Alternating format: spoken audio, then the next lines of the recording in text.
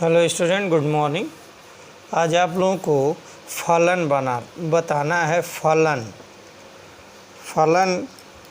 मतलब होता है फंक्शन, इंग्लिश उसकी होती है फलन।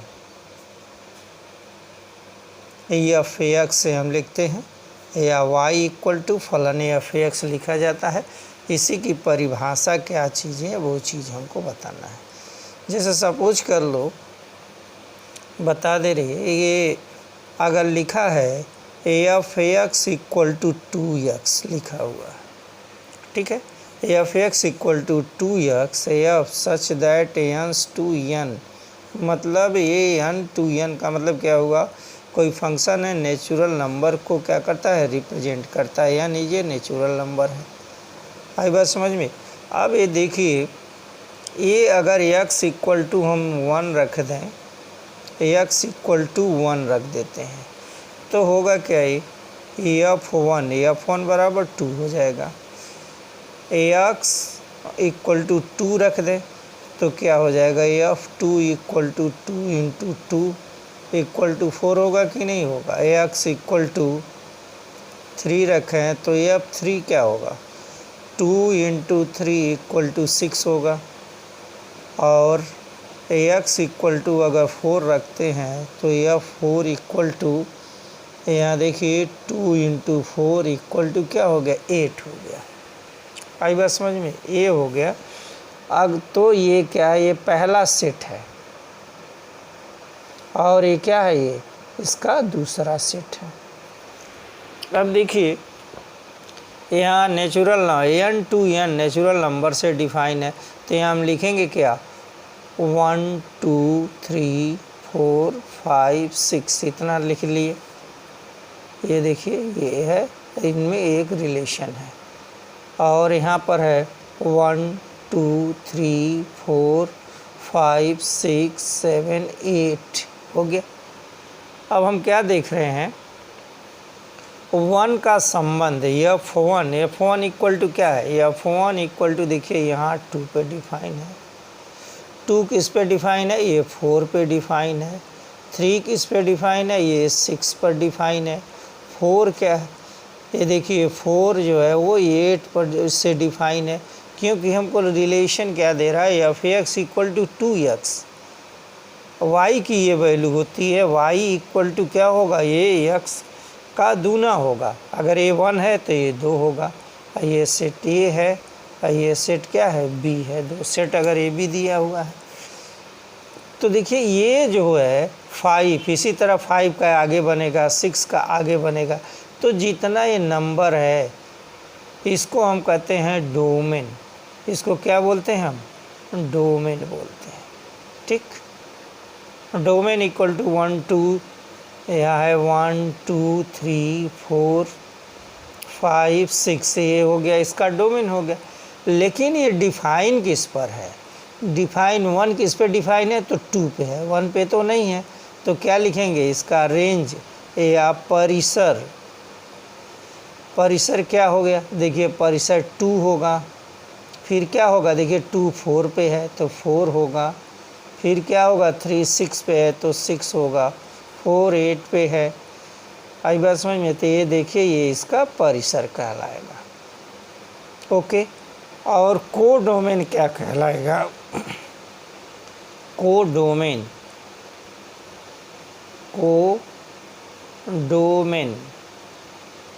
या सह डोमेन उसको बोलते हैं, सह डोमेन। तो ये देखिए कोडोमेन और डोमेन, ये जितना एलिमेंट है सेट बी का, सभी एलिमेंट को क्या कहेंगे हम, कोडोमेन कहा जाता है। आई बात समझ में। कोडोमेन मतलब क्या है, all element in set B. तो लिखेंगे 1 2 3 4 5 6 7 8, मान लीजिए 8 तक अब लिखे हैं तो 8 सब एलिमेंट, जितने एलिमेंट हैं वो सब को क्या कहेंगे हम, ये सब लिख देंगे कोडोमेन में। ये है डोमेन, ये है डोमेन इसको बोलते हैं, याद रहे पीछे भी बताया इसको रेंज बोलते हैं, इसको क्या बोलते हैं, कोडोमेन बोलते हैं, ओके। तो ये है, ये इसका प्रतिबिंब है, ये देखिए इसका प्रतिबिंब है 1 का प्रतिबिंब 2 है, 2 का प्रतिबिंब 4 है, 3 का 6 है, तो ये इसका प्रतिबिंब कहलाता है। और ये क्या कहलाएगा, ये पूर्व प्रतिबिंब कहलाएगा। प्रतिबिंब के पहले की संख्या वो पूर्व प्रतिबिंब कहलाएगी। यही है फलन। फलन इसी तरह से हम क्या करते हैं, फलन को डिफाइन करते हैं। देखिए परिभाषा इसका क्या लिखा हुआ है, लिखा है यदि ए और बी दो अरिक्त समुच्चय, अरिक्त मतलब कोई खाली समुच्चय ना हो, ए और बी में जरूर अवयव होने चाहिए, उसके एलिमेंट होने चाहिए। तो समुच्चय ए से समुच्चय बी में कोई संबंध आर फलन एफ या प्रतिचित्रण कहलाता है। आई बात समझ में, फलन एफ कहिए, प्रतिचित्रण कहिए, मैपिंग कहिए, सबका मतलब एक ही होता है, अलग अलग मतलब नहीं होता है। ओके। यदि ए का प्रत्येक अवयव बी के अद्वितीय अवयव से संबंधित है, अद्वितीय अवयव से संबंधित होने का मतलब इसका संबंध इससे है। ए में कोई भी एलिमेंट खाली नहीं रह सकता, ये भी समझ ले। सारे एलिमेंट का कहीं ना कहीं क्या बनेगा, ये प्रतिबिंब बनेगा। ये पूर्व प्रतिबिंब है, ये प्रतिबिंब कहलाता है। ओके। तो यदि ए और बी दो अरिक्त समुच्चय हैं तब ए से बी में कोई संबंध आर फलन या प्रतिचित्रण कहलाता है।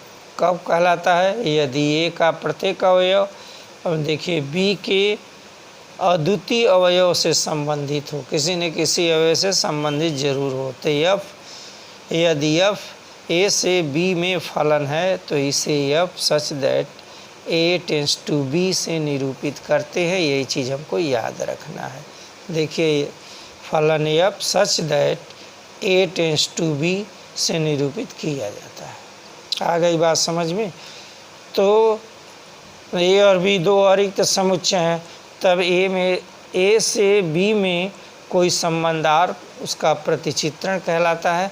यदि ए का प्रत्येक अवयव बी के द्वितीय अवयव से संबंध हो गया। ये हो गया फलन की परिभाषा। अब देखिए आगे क्या दे रहा है, वास्तविक मान फलन या वास्तविक फलन, रियल वैल्यू फंक्शन या रियल फंक्शन क्या होता है।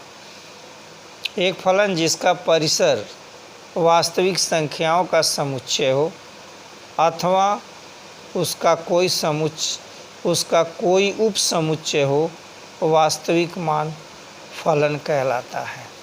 ऐसा फलन जिसका प्रांत तथा परिसर दोनों वास्तविक संख्याओं का समुच्चय है, उसे कोई उप समुच्चय हो, उसके कोई उप समुच्चय हो जो वास्तविक फलन कहलाता है। अब देखिए फलन के अवयव का प्रतिबिंब और पूर्व प्रतिबिंब, इमेज और प्री इमेज ऑफ है एलिमेंट ऑफ ए फंक्शन। आई बात समझ में। इसमें देखिए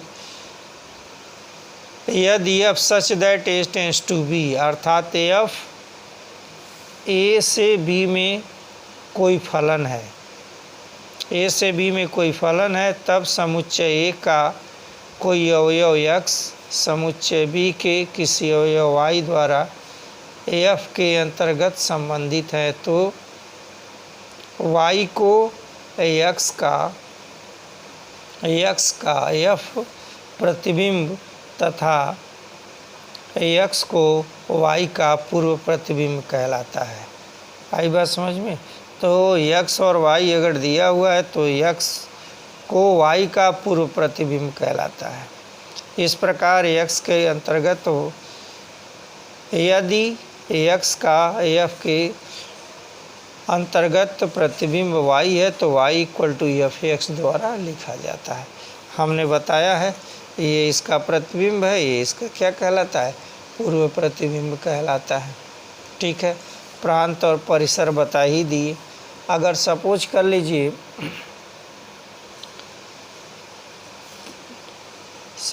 लीजिए, कोई सेट दिया हुआ है, सेट ए इक्वल टू लिखा हुआ है 1 2 3 4 इस तरह दिया हुआ है, तो सेट बी इक्वल टू लिखा है 4 5 6 7 8 इस तरह लिखा हुआ है। तो सबसे पहले संबंध को डिफाइन करने के लिए हमको क्या निकालना चाहिए, हमको निकालना चाहिए ए क्रॉस बी। सारी बात समझ में। A cross B subset of relation R, R का क्या होता है, सबसेट होता है।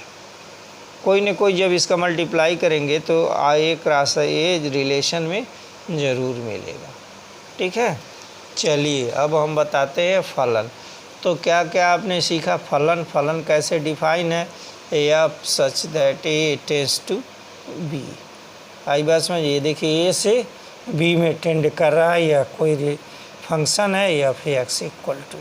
अब देखिए इसमें जैसे 1 है, 1 का प्रतिबिंब 2 नहीं बन सकता, ऐसे देखिए ये नहीं बन सकता, क्योंकि यह का कोई भी इसमें वैल्यू रखेंगे, मान लीजिए हम 1 रखते हैं तो उसका मान अलग आएगा, 2 रखते हैं तो अलग आएगा, तो इसका कोई भी प्रतिबिंब 1 नहीं बन सकता। आई बात समझ में। अगर एक प्रतिबिंब बनेगा तो वो फलन नहीं होगा। अगर सपोज कर लीजिए यहाँ एक्स वाई जेड लिखा है, यहाँ पे लिखा है ए बी सी लिखा है, ए फिर वाई भी ए है, वे बी है, तो इसका कोई प्रतिबिंब नहीं बनेगा। ए है जेड इस तरह से दिया, एक का वाई का मान 2, इसका प्रतिबिंब नहीं बन सकता है। देखिए यहाँ ए पर भी बनेगा, बी पे भी नहीं बनेगा, क्योंकि यहाँ देखिए एक्स इक्वल टू जब 2x है तो x के 1 पर दूसरा मान आएगा, 2 पे दूसरा आएगा, 3 पे तीसरा, कोई भी मान सेम नहीं आ सकता। इसलिए वो अगर सेम आता है तो फंक्शन नहीं है। फिगर देख के हम बता देते हैं फंक्शन है कि नहीं है। अब देखिए कुछ मानक फलन, कुछ मानक फलन और उनके आलेख, कुछ मानक फलन और उसके आलेख। तो नंबर पहला, नंबर फर्स्ट है तत्समक, तत्समक फलन। आई बात समझ में। तत्समक फलन क्या होता है कि देखिए पहला नंबर फर्स्ट, इसे आपको बता दे रहे हैं। पहला है नंबर फर्स्ट है तत्समक फलन, माना आर वास्तविक संख्याओं का समुच्चय है। F such that R tends to R, f x equal to x है, तो एक्स बिलोंग्स टू आर द्वारा परिभाषित है। इसे क्या कहेंगे, इसे हम तत्समक फलन कहलाता है। यदि तत्समक फलन के प्रत्येक अवयव स्वयं का प्रतिबिंब हो, स्वयं का प्रतिबिंब हो, यहाँ पर एफ के प्रांत और परिसर दोनों आर हैं, दोनों रियल नंबर हैं, तो इनके आलेख मूल बिंदु से जाने वाली क्या मिलती है, एक सरल रेखा मिलती है। क्योंकि हम जानते हैं y इक्वल टू, सरल रेखा का जो फार्मूला होता है y equal to M X plus C होता है। देखिए ये फलन F x equal to x है। आई बात समझ में। अगर x इक्वल टू जब हम 1 रखते हैं, देखिए x इक्वल टू 1 रखेंगे तो 1 1 मिलेगा, जब 2 रखेंगे तो 2 2 मिलेगा, 3 रखेंगे तो 3 3 मिलेगा, 4 रखेंगे तो 4 4 मिलेगा, क्योंकि y बराबर क्या लिखा हुआ है, y equal to F x है। यहाँ देखिए लिखा है y equal to x, y का मान और x का मान क्या है, दोनों बराबर है, तो इसे हम तत्समक फलन करते हैं। जैसे देखिए ऐसे फिगर खींचना है, अगर 1 पे 1 मिलेगा तो ये पॉइंट यहाँ मिलेगा, फिर 2 पे जाएंगे तो 2 पे 2 मिलेगा, ऐसे ही 3 पे 3, ऐसे ही 1 मिलेगा, और इसको हम क्या करेंगे, एक लाइन ऐसे खींच लेते हैं। आई बात समझ में। यह होगा, और जब क्या लिखेंगे -1, x का मान -1 लिखेंगे तो ये -y होगा, ये -2 पर यहाँ भी देखिए -2 आएगा। ठीक है, क्योंकि y बराबर है x। अगर हम प्लस वैल्यू लेते हैं, जैसे देखिए y अगर मान लीजिए ऐसे आपको खींचना है, ये देखिए ये x है और ये y है, x की वैल्यू आप देते हैं 4 तो y की वैल्यू 4 आएगी। अगर y इक्वल टू देते हैं 5 तो ये हुआ 5, अगर ये देते हैं 0 तो ये हो गया 0। 0 0 का मतलब मूल बिंदु से जाएगा, अगर ये देंगे -2 तो ये भी -2 हो जाएगा। अगर देंगे -4 तो ये क्या हो जाएगा, -4 आएगा। तो देखिए यहाँ पॉजिटिव ए है, मूल बिंदु है, ये एक्स एक्सिस है, और ये क्या है, वाई एक्सिस है, ये एक्स डैश है, ये वाई डैश है। तो इस तरह से इसका सीधा ग्राफ कैसे होगा, एक स्ट्रेट लाइन मिलेगी, इसे हम तत्समक कहते हैं। जैसे दोनों के एलिमेंट क्या होने चाहिए, दोनों के एलिमेंट सेम होने चाहिए। ये 4x का मान तो y का भी मान 4 ही होना चाहिए। इसी तरह से ये जो दोनों वैल्यू दिया हुआ है 0 पे 0 -2 x इक्वल टू वाई या y इक्वल टू एक्स, दोनों का मतलब सेम होता है। x का जो मान रखेंगे y का होगा, y का मान जो रखेंगे वो x का होगा, ठीक है ना। तो हम माइनस प्लस सीधा एक स्ट्रेट लाइन मिलेगी, ठीक है। नेक्स्ट है अचर फलन।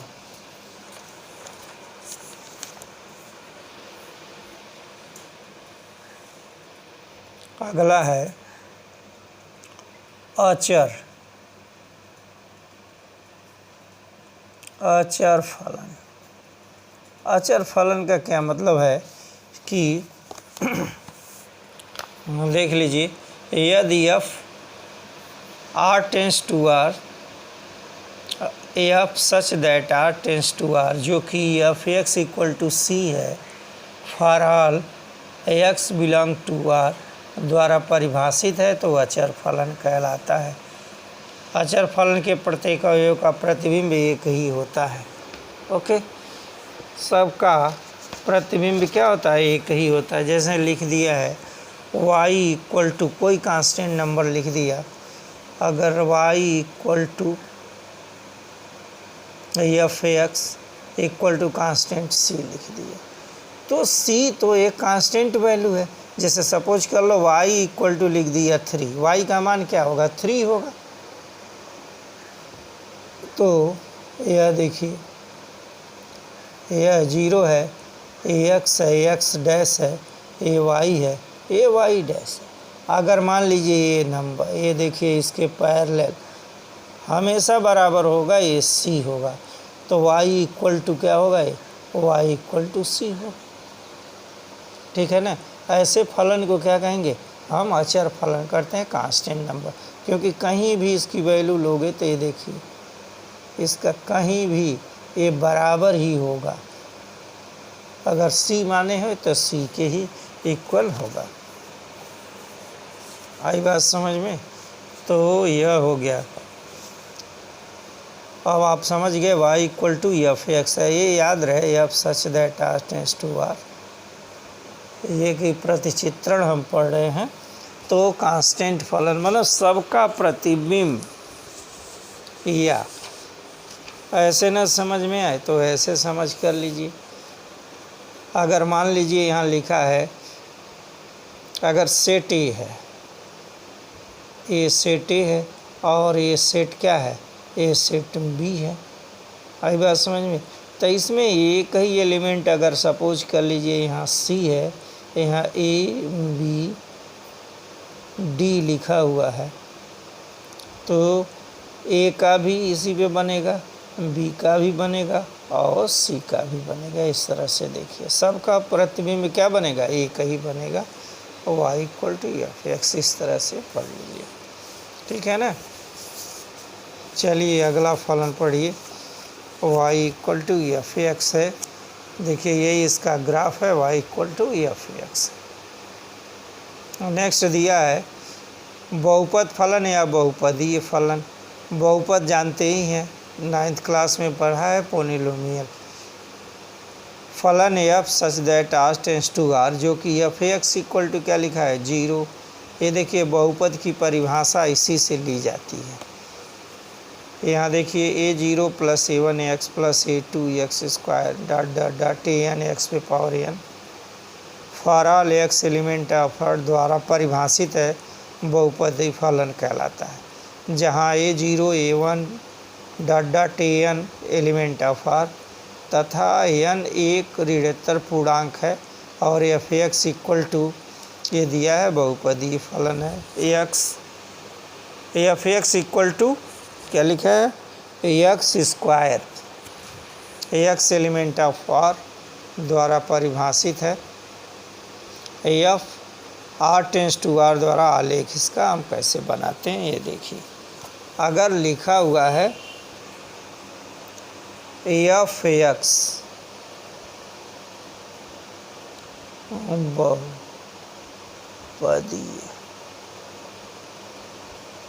बहुपदीय फलन,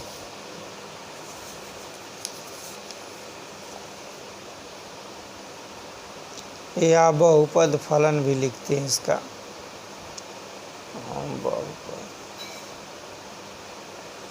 लिखा है y equal to F x जान रहे हैं इक्वल टू एक्स स्क्वायर। ठीक है, एक्स स्क्वायर है, यह परवलय का समीकरण है। ठीक है ना, परवलय भी आगे आपको पढ़ाया जाएगा। तो यह देखिए हम ऐसे ग्राफ खींचते हैं,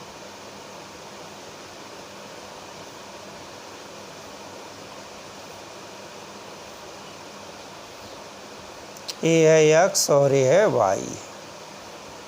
ठीक है ना, ए एक्स और ए वाई इस तरह से दिया हुआ है। पहला एक्स है, अगर हम एक्स का मान -2, -1, 0, 1, 2 रखते हैं तो वाई का मान क्या आएगा? एक्स बराबर 2 पे ये 4 आएगा। देखिए यहाँ -2 का वर्ग करेंगे तो 4 होगा। ओके, -1 का करेंगे तो 1 ही होगा, 0 पे 0 होगा, फिर 1 पर भी 1 होगा और 2 पे क्या होगा? ये 4 होगा। ओके, तो ये देखिए माइनस और प्लस दोनों वैल्यू रखने पे हमको क्या मिल रहा है? इसका ग्राफ कैसे बनता है यह देखिए, यह एक पैराबोला ऐसे इसका शेप आता है।